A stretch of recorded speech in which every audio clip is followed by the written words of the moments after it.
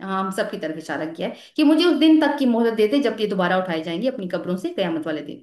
تو شرمندہ بالکل نہیں ہے اپنی حرکت پر، بلکہ اللہ تعالیٰ کو چیلنج کرنے کی تیاری کر رہا ہے. اور اس کے لیے، اس چیلنج کو فلفل کرنے کے لیے اس نے روزے قیامت تک کی مہلت بھی مانگ لی ہے. اور وہ یہ بات جانتا ہے کہ جو کچھ وہ کرنا چاہتا ہے اللہ کی مشیت اور ارادے کے بغیر نہیں کر سکتا، اس لیے وہ اللہ سے ہی مہلت مانگ رہا ہے. اور ظاہر ہے کہ یہ مہلت کسی نیک ارادے کی تو نہیں ہے. تو یہاں سے ہمیں ایک تو یہ بات پتہ چلتی ہے کہ وہ آج تک زندہ ہے. کتنے زمانے گزر چکے ہیں اس واقعے کو ہوئے ہوئے، اور وہ بہت تجربے کار ہے. اس نے بہت سارے ادوار دیکھے ہیں، ہر طرح کا انسان دیکھا ہے، ہر طرح کا انسان مختلف طرح کے حالات میں رہتے ہوئے اس نے دیکھا ہے.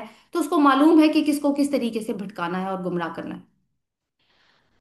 اب یہ بھی ایک وہی والا سوال، اس کا جواب وہی ہوگا کہ اس کو کیسے معلوم کہ انسان قبروں سے ایک دن اٹھائے جائیں گے. تو اس کا مطلب ہے یہ ساری ڈسکشن ہو چکی ہے جس کے بارے میں اس کو علم ہے پہلے، یعنی بنی آدم کے ساتھ یہ ڈسکشن ہو چکی ہے. آگے اللہ تعالیٰ اس کا اس کو کیا جواب دیتے ہیں. قولا فرمایا، آیت نمبر 15 ہے. قولا فرمایا انک من المنظرین، فرمایا بے شک تو مہلت دیے جانے والوں میں سے ہے. اللہ تعالیٰ نے کیا کہا کہ تجھے مہلت دی جاؤ. یعنی یہاں سے ایک پوائنٹ ہمیں یہ نظر آ رہا ہے کہ اللہ تعالیٰ نے اس کی درخواست کو قبول کر لیا ہے. یعنی اس نے اللہ تعالیٰ سے اکثر میں یہ کہا ہے کہ میری سزا کو مؤخر کر دے قیامت کے دن تک. تو اللہ تعالیٰ نے اس کی درخواست قبول کی ہے. تو اگر اللہ تعالیٰ ابلیس جیسے شیطان کی درخواست قبول کر سکتا ہے تو ہمیں یہ بات کبھی بھی نہیں سوچنی چاہیے کہ وہ ہماری دعاؤں کو نہیں سنے گا. کیوں؟ کیونکہ ہم ابلیس کی لیول تک جتنے بھی برے ہو جائیں سرکشی نہیں کرتے اللہ تعالیٰ سے. تو کرنا یہ ہے کہ ہم نے ابلیس والا رویہ نہیں اپنانا. یہ ہم جو کیونکہ پڑھ رہے ہیں ابلیس کا رویہ کہ وہ کیا ہے جو انسانوں کو اس ڈھب پہ لانا چاہتا ہے، اسی لیے پڑھ رہے ہیں. کیونکہ دیکھیں درخواستیں تو ابلیسوں کی بھی قبول ہو جاتی ہیں، یہاں سے ہمیں پتہ چلتا ہے، لیکن وہ تھوڑی مدت کے لیے ہوتے ہیں. آخرت میں پھر ان کا کوئی حصہ نہیں ہوگا. دوسری چیز ہے کہ جو لفظ استعمال ہوا ہے منظرین، منظر نہیں کہا، جمع کا صیغہ استعمال کیا. یعنی ابلیس اکیلا نہیں ہے، اس کی پوری فوج ہے، کوئی لاؤ لشکر ہے جو جنوں میں سے بھی ہیں اور انسانوں میں سے. پھر ایک سوال یہاں پہ ہمارے مائنڈ میں یہ بھی آتا ہے کہ مہلت کیوں دی اللہ تعالیٰ نے؟ نہ دیتے مہلت تو انسان کو اللہ تعالیٰ نے خلیفہ بنا کر بھیجا ہے اس دنیا میں، چوائس کی آزادی دی ہے، وہی کے ذریعے ہدایت کا انتظام بھی کیا ہے تاکہ وہ گمراہی کو ہدایت سے الگ کر کے اپنا راستہ متعین کر سکے. اور قرآن پاک میں اللہ تعالیٰ نے فرما دیا ہے کہ اس نے جن و انس کو اپنی عبادت کے لیے پیدا کیا ہے، اور عبادت بھی جو اس کی چوائس کے ساتھ ہے. یعنی انسان کے پاس بہت ساری ڈسٹریکشنز موجود ہوں گی جو اس کو اللہ کے راستے سے ہٹوائیں گی، اللہ کی ذات کو بھلوائیں گی، لیکن اس کے باوجود وہ اپنی چوائس سے اللہ کی طرف جائے گا.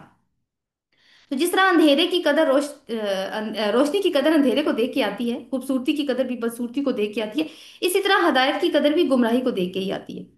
سوچیں ذرا کہ اگر شیطان نہ ہوتا تو پھر اس دنیا میں کس چیز کا امتحان ہوتا. اور جب وہ فرشتوں کو بات معلوم ہوئی تھی نا کہ اللہ زمین میں خلیفہ ڈالنے جا رہا ہے، تو انہوں نے ایک سوال پوچھا تھا نا کہ ہم تو ہر وقت حمد کے ساتھ آپ کی تسبیح اور تقدیس کر رہے ہیں. تو اللہ تعالیٰ نے کیا جواب دیا تھا ان کو؟ جو میں جانتا ہوں وہ تم نہیں جانتے. یہ ہم البقرہ میں پڑھ کے آئے ہیں. یعنی اس مخلوق سے تم جیسی تسبیح کی توقع نہیں ہے. یہ اس تسبیح کے لیے نہیں بنائے جا رہے جس کی جو تسبیح تم کرتے ہو، کیونکہ تمہارے پاس تو انکار کی آزادی نہیں ہے، مگر ان کے پاس ہوگی. اس کے باوجود وہ میری تسبیح اسٹیبلش کریں گے. یہ لفظ غور کرنے کے قابل ہے، کریں گے نہیں اسٹیبلش کریں گے. یعنی اس کا مطلب ہے کہ اپنی زندگیاں اللہ کے دیے ہوئے قانون کے مطابق نہ صرف خود گزاریں گے بلکہ خلیفہ ہونے کی حیثیت سے دوسرے گمراہوں کو بھی اس کے راستے پر لائیں گے اور اس زمین پر اللہ تعالیٰ کا نظام قائم کریں گے. اللہ کا نظام قائم کرنا ہی اس کی تسبیح کو اسٹیبلش کرنا ہے. تو آپ دیکھیں کہ تسبیح اور خلیفہ میں کتنا تعلق ہے آپس میں. اور شیطان اس کے راستے میں خوبصورت پھندے لگائے گا، لیکن پھر بھی بہت سارے ایسے ہوں گے جو اس کی طرف نہیں جائیں گے. وہ ایک بڑا خوبصورت شعر اس موقع کی مناسبت سے ہے کہ فرشتوں سے بہتر ہے انسان بننا مگر اس میں لگتی ہے محنت زیادہ.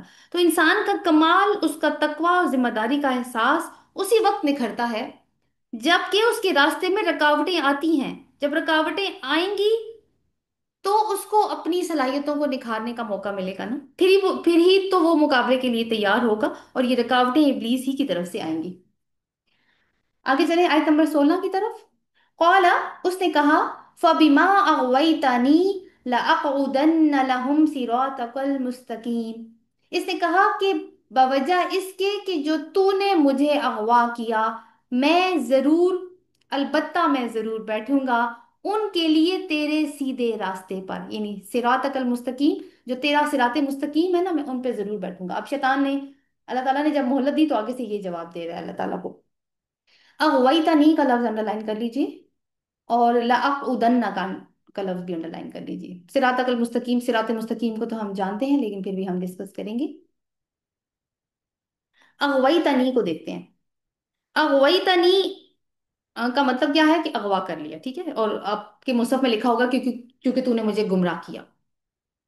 تو غوا، یہ غوا سے ہے، اغویتنی غوا، غوا اور دلہ یہ دونوں الفاظ عربی کے ہیں اور عام طور پر ایک ہی معنی، یعنی جنرلی ایک ہی میننگ کو کنوے کرتے ہیں، کہ کسی کو راستے سے گمراہ کر دینا یا بھٹکا دینا۔ لیکن اصل میں غوا کا معنی یہ ہے کہ آپ کسی مصیبت میں اچانک پھنس جائیں اور پھر جو کچھ آپ کے ساتھ ہو ایسا آپ نے کبھی سوچا نہ ہو، اور اس کے نتیجے میں انسان مایوس ہو کے رہ جائے، یہ غوا کا میننگ ہے۔ اچھا، اس لفظ میں آپ دیکھیں تو ایک معصومیت کا ایلیمنٹ بھی پایا جاتا ہے، کہ مجھے تو معلوم ہی نہیں تھا کہ میرے ساتھ یہ ہو گیا۔ اب دونوں کو ملائیں، دونوں معنی کو ملائیں تو کیا مفہوم نکلے گا؟ کہ شیطان کیا کہہ رہا ہے، ابلیس کیا کہہ رہا ہے کہ میں تو انجانے میں اپنی معصومیت کی وجہ سے اس مصیبت میں پھنس چکا ہوں جس کے نکلنے کا آپ کوئی میرے پاس راستہ نہیں ہے، اور یہ سب میرے ساتھ اے اللہ تو نے کیا ہے، تو نے مجھے اغوا کیا ہے۔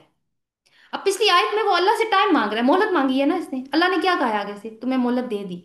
تو کوئی بھی شریف کریچر ہوتی نا اللہ کی، تو وہ اپنے اس عظیم مالک کی یہ عنایت دیکھ کر، جو اتنی بڑی سرکشی کرنے کے باوجود اللہ تعالیٰ نے اس کے اوپر کی ہے، ندامت سے اپنے مالک کے قدموں میں جا کے گر جاتا۔ لیکن یہاں پہ کیا حال ہے، الٹا چور کوتوال کو ڈانٹے، یعنی وہ تو اپنے سجدہ نہ کرنے کے عمل کو درست سمجھ رہا ہے۔ اب دیکھیں، کوئی بھی جو ڈیسنٹ انسان ہوتا ہے نا، اس پہ جو کوئی مصیبت آتی ہے یا کوئی ناکامی آ جاتی ہے تو اس کا الزام دوسرے پہ نہیں ڈالتا، بلکہ اپنے اندر جھانکتا ہے کہ کہیں مجھ سے تو کوئی غلطی نہیں ہوگی۔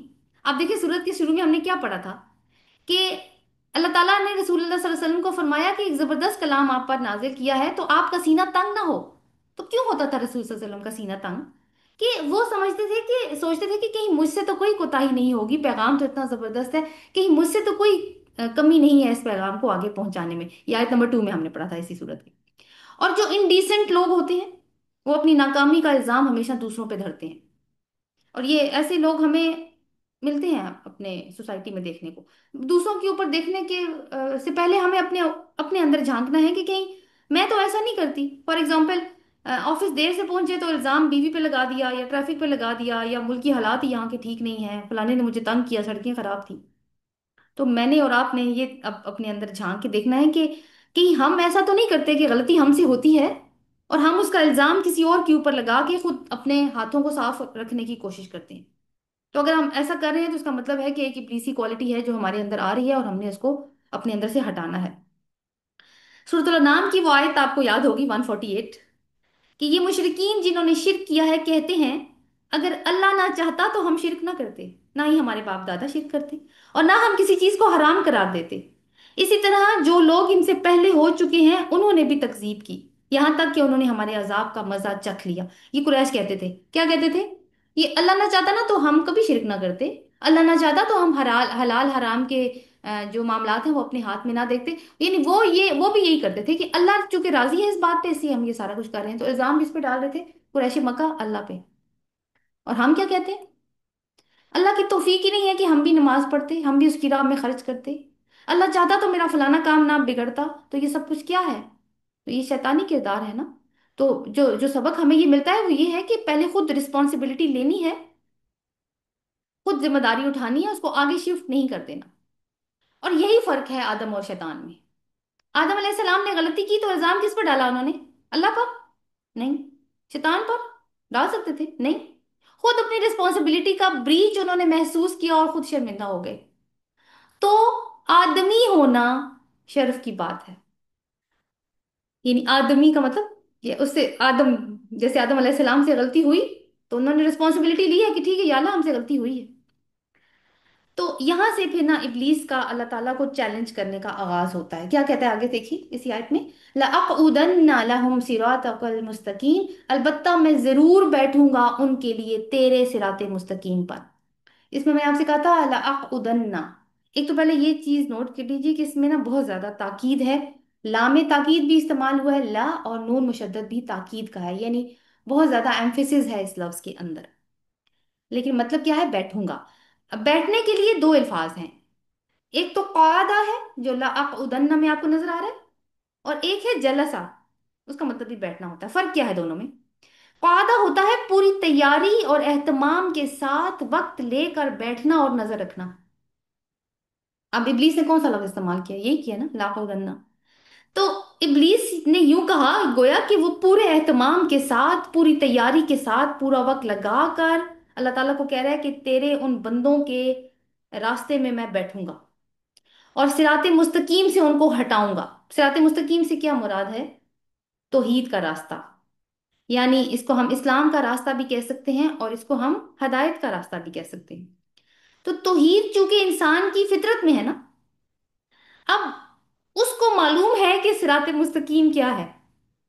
شیطان کو پتا ہے کہ صراط مستقیم کیا ہے. اس کا کیا مطلب ہے؟ کہ اس واقعے کے رونما ہونے سے پہلے صراط مستقیم کی ڈسکشن اللہ اور بنی آدم کے درمیان میں ہوئی ہے. اس لیے اس کو پتا ہے کہ صراط مستقیم کیا ہے.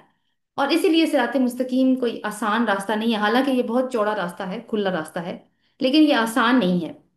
کیونکہ جیسے ہی کوئی اس کے اوپر قدم رکھتا ہے، شیطان اپنے لاؤ لشکر سمیت راستہ کاٹنے کے لیے بیٹھ جاتا ہے. یہ تو چیلنج کیا ہے نا اللہ تعالیٰ کو اس نے.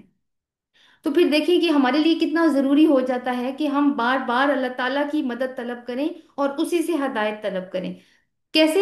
اہدنا الصراط المستقیم، ہمیں سیدھے راستے کی ہدایت عطا فرما. اور ہم یہ سورہ یعنی الفاتحہ جس کی یہ آیت ہے، ہر نماز کی ہر رکعت میں پڑھتے ہیں. تو آج جب ہم تھوڑا بہت شیطان کو جاننے کی کوشش کر رہے ہیں، تو اب ہمیں پورے شعور کے ساتھ اس سورہ کو پڑھنا ہے اپنی نماز میں، اور واقعی ہم نے اللہ تعالیٰ سے صراط مستقیم کی ہدایت مانگنی ہے. کیونکہ یہ وہ راستہ ہے جو اللہ تعالیٰ نے ہمارے لیے رکھا ہے، لیکن شیطان کا چیلنج اس پہ موجود ہے کہ جو بھی اس راستے پہ چڑھے گا، میں آ جاؤں گا اس کے راستے پہ، اس کا راستہ کاٹنے کے لیے. اور دوسری طرف دیکھیں کہ جب انسان صراط مستقیم کو چھوڑ کر کسی اور راستے کی طرف قدم بڑھاتا ہے، تو وہ پھر شرک کا راستہ ہے جس پر اب کوئی دیکھیں ایک انسان شرک صراط مستقیم پہ آئے نہیں، شیطان نے اس کو بھٹکا دیا کہ ٹھیک ہے تم اس راستے پہ چلے جاؤ، وہ چل پڑا. اب شیطان کو اس کی فکر ہوگی؟ نہیں. اس کو پتا ہے یہ جس راستے پہ چل پڑا ہے نا، اب مجھے کوئی خطرہ نہیں ہے ان لوگوں سے. اب یہاں پہ دیکھیں کہ ابلیس نا یہاں پہ ہمارے رب کو چیلنج کر رہا ہے، ہمارے رب کو. اور اگر کوئی ہمارے سامنے، یعنی ایک مثال ہے، ہمارے پیرنٹس کو چیلنج کرے اور دشمنی نبھانے کا عہد کرے، تو اصولاً ہمیں کس کے ساتھ کھڑا ہونا چاہیے؟ پیرنٹس کے ساتھ یا اس دشمن کے ساتھ؟ یہ ہمیں سوچنا ہے. پھر یہاں پہ ہمیں یہ بھی دیکھنا ہے کہ انہیں یعنی صراط مستقیم ہمیں یہاں پہ نظر آ رہا ہے جس کے اوپر اس نے بیٹھنے کا اللہ تعالیٰ کو چیلنج کیا ہے کہ یہ اللہ تعالیٰ کا سسٹم ہے اور یہ الگ ہے، اور شیطان کا سسٹم الگ ہے. اس نے کہا ہے میں اس تیرے سسٹم کو چیلنج کروں گا. یعنی ان دونوں سسٹمز کا اس دنیا میں ٹکراؤ ہے. حق والے اللہ کے سسٹم والے ہیں اور خلیفہ ہونے کی ذمہ داری نبھاتے ہیں، اور باطل پرست شیطان کے سسٹم میں ہے. اور یہ سارے سسٹمز کلیئر کر کے اللہ تعالیٰ نے بھی فیصلہ انسان پہ چھوڑا ہے، اس کا کوئی ہاتھ نہیں پکڑا اللہ تعالیٰ نے. اگلی آیت دیکھتے ہیں 17. اب چونکہ اس نے کہہ دیا نا، کیا اس آیت میں بات ہوئی کہ میں ضرور ان کے سیدھے راستے پر بیٹھوں گا، یہ کہہ دیا. اب کیا طریقے اختیار کرے گا؟ تو آیت نمبر 17 میں وہ شیطان کے وار ہمیں نظر آ رہے ہیں. ثم لآتینہم من بین ایدیہم ومن خلفہم وعن ایمانہم وعن شمائلہم.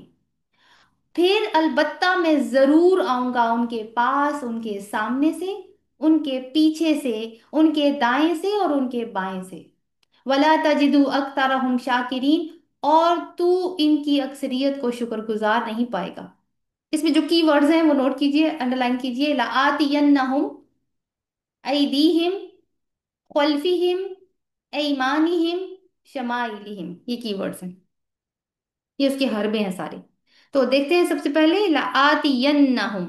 اس میں بھی آپ دیکھیں کہ لام تاکید بھی آپ کو نظر آ رہا ہے اور نون مشدد بھی نظر آ رہا ہے، بہت تاکید ہے اس میں. عطا سے ہے یہ لفظ، عطا.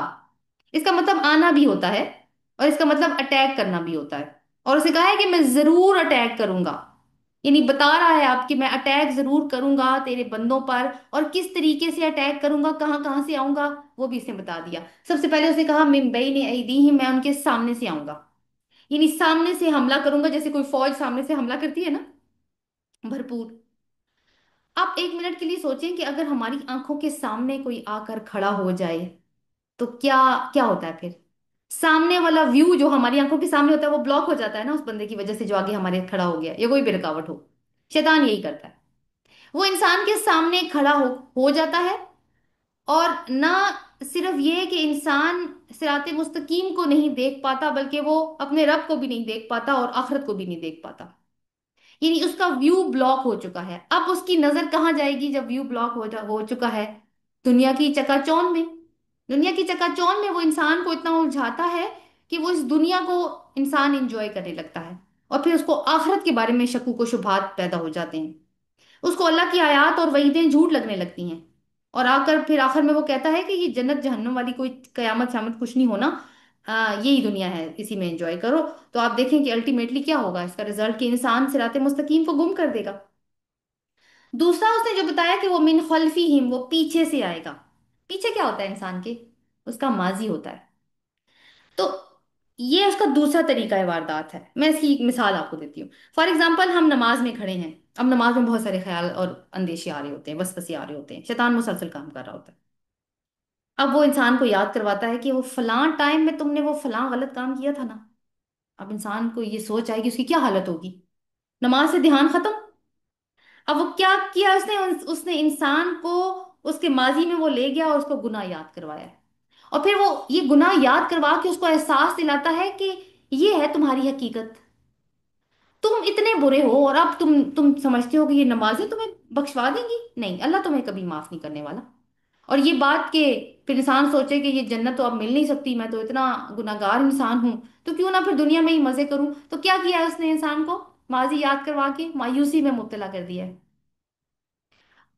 اور اگر ایمان مضبوط ہوا کسی کا اور انسان کو توبہ کی اہمیت سے بھی واقفیت ہوئی، پھر تو وہ اس کے بار میں نہیں آئے گا۔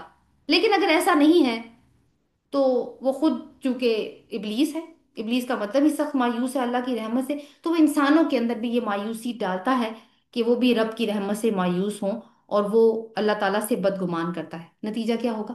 صراط مستقیم گم ہو جائے گا۔ تیسری ڈائریکشن جہاں سے وہ حملہ کرتا ہے وہ ان ایمانہم، ان کے دائیں سے حملہ کرتا ہے۔ دائیں ہاتھ کی جب بات آتی ہے تو نیکیوں کی بات آتی ہے، آپ کو معلوم ہے نا کہ قیامت والے دن نیک لوگوں کے اعمال نامے ان کے دائیں ہاتھ میں دیے جائیں گے۔ اب یہ کس طرح سے بات کرتا ہے؟ اگر کوئی شخص نیک ہے اور وہ نیک اعمال کرتا ہے تو اس کے دل میں وسوسے ڈالنے شروع کر دیتا ہے، تم جیسا تو دنیا میں کوئی ہے ہی نہیں، تمہارا تو جنت کا ٹکٹ پکا ہو چکا ہے، باقی سارے جاہل جہنمی، صرف تم ہی دیندار ہو۔ اب یہ سوچ انسان کے اندر کیا چیز پیدا کرے گی؟ تکبر، نیکی کا تکبر، نیک ہونے کا تکبر، اور وہ کیا ہے؟ شیطان کی صرف تکبر۔ اور پھر انسان زیادہ نیک نام ہونے کے لیے ریاکاریاں بھی کرنا شروع کر دے گا۔ تو آپ دیکھیں کہ دینی شخصیات، ایون وہ لوگ جو اللہ کے دین کی دعوت کا کام کرتے ہیں، وہ بھی اس کی گرفت سے محفوظ نہیں ہیں۔ اس کو معلوم ہے کہ کس کو کس ہتھیار کے ذریعے بھٹکانا ہے، اور مقصد وہی صراط مستقیم سے ہٹا دینا۔ پھر کہتا ہے میں ان شمائلہم، میں ان کی بائیں جانب سے حملہ کروں گا۔ بائیں جانب سے کیا؟ یعنی بائیں جانب وہ اعمال ناموں کی بات کریں تو گناہگاروں کے اعمال نامے ان کے بائیں ہاتھ میں دیے جائیں گے۔ اب یہ کیا کرتا ہے یہاں سے کہ دنیا کو مزین کر کے انسان کے دل میں اس کی ہوس جگاتا ہے، اور دنیا کی ہرس جو ہے نا وہ انسان کو غلط کام کرنے پہ مجبور کر دیتی ہے، یعنی وہ دیکھتا ہے کہ دنیا میں اتنی چکا چوند ہے اور مقابلہ بازی لگی ہوئی ہے، اور اس مقابلہ بازی میں وہ بھی شامل ہو جاتا ہے بغیر یہ دیکھے کہ وہ اس سے جو حاصل کر رہا ہے وہ حلال ذرائع ہیں یا حرام ذرائع ہیں۔ تو بیسیکلی اب اس نے اللہ کو نہیں فالو کرنا شروع کیا، اس نے اپنے نفس کو فالو کرنا شروع کر دیا، یعنی ایسے شخص نے اپنے نفس کو اپنا خدا بنا لیا۔ اس کو معلوم ہوتا ہے کہ وہ غلط کر رہا ہے لیکن پھر بھی نہیں رکتا، اس کو گناہوں میں پھر لطف آنے لگتا ہے، اور ایک گناہ جب انسان کرتا ہے، ہمارے نبی صلی اللہ علیہ وسلم نے اس کی خبر دی ہے، تو دل پہ کالا دھبا لگ جاتا ہے، اور جب وہ توبہ نہیں کرتا اور دوسرا گناہ کرتا ہے تو ایک اور کالا دھبا، اور الٹیمیٹلی پورا دل کالا ہو جاتا ہے۔ پورا دل کالا ہو گیا تو صحیح غلط کی تمیز بھی ختم، اور انسان گناہوں کی دلدل میں پھنستا چلا جاتا ہے، یعنی صراط مستقیم سے دور ہو جاتا ہے۔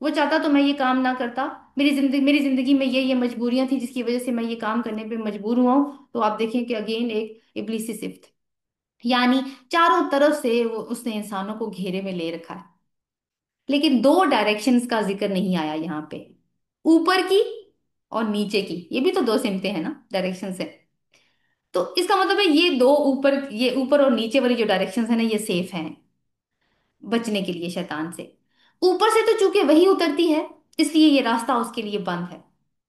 اور پھر وہ ہم نے البقرہ میں پڑھا تھا نا کہ جو وہی کی پیروی کرے گا اس کے لیے نہ کوئی خوف ہوگا اور نہ کوئی حزن ہوگا۔ تو جو وہی کی پیروی کرتے ہیں اصل میں وہ تو ایمان والے بندے ہوتے ہیں، ان پہ اس کا کوئی زور نہیں چلتا۔ اللہ کی رحمتیں اور برکتیں بھی اوپر ہی سے نازل ہوتی ہیں۔ اور نیچے کی جو اس نے بات کی کہ مطلب نیچے والی سمت بھی جو جو کہ محفوظ ہے، وہ سجدے کی سمت ہے۔ ہم زمین میں سجود ہوتے ہیں اور اللہ کا قرب حاصل کرتے ہیں سجدے میں، اور جو گناہ ہم سے سرزد ہوتے ہیں ہم اللہ تعالیٰ سے معافی مانگ لیتے ہیں، اور یہ ابلیس کی ہار ہے۔ بہرحال اس کا یہ ساری طرف سے انسانوں کو گھیرنے کا مقصد کیا ہے، وہ آخر میں دیکھیے آیت کے، وَلَا تَجِدُ أَكْثَرُهُمْ شَاكِرِينَ، اور تو ان کی اکثریت کو شکر گزار نہیں پائے گا۔ یعنی لوگ فوراً صراط مستقیم کے راستے، یعنی توحید کے راستے اور ہدایت کے راستے کو چھوڑیں گے اور میرے راستے میں آ جائیں گے۔ توحید کی حقیقت کیا ہے کہ بندہ اپنی ہر نعمت کو اللہ کی عطا سمجھے۔ جب وہ اللہ کی عطا سمجھے گا تو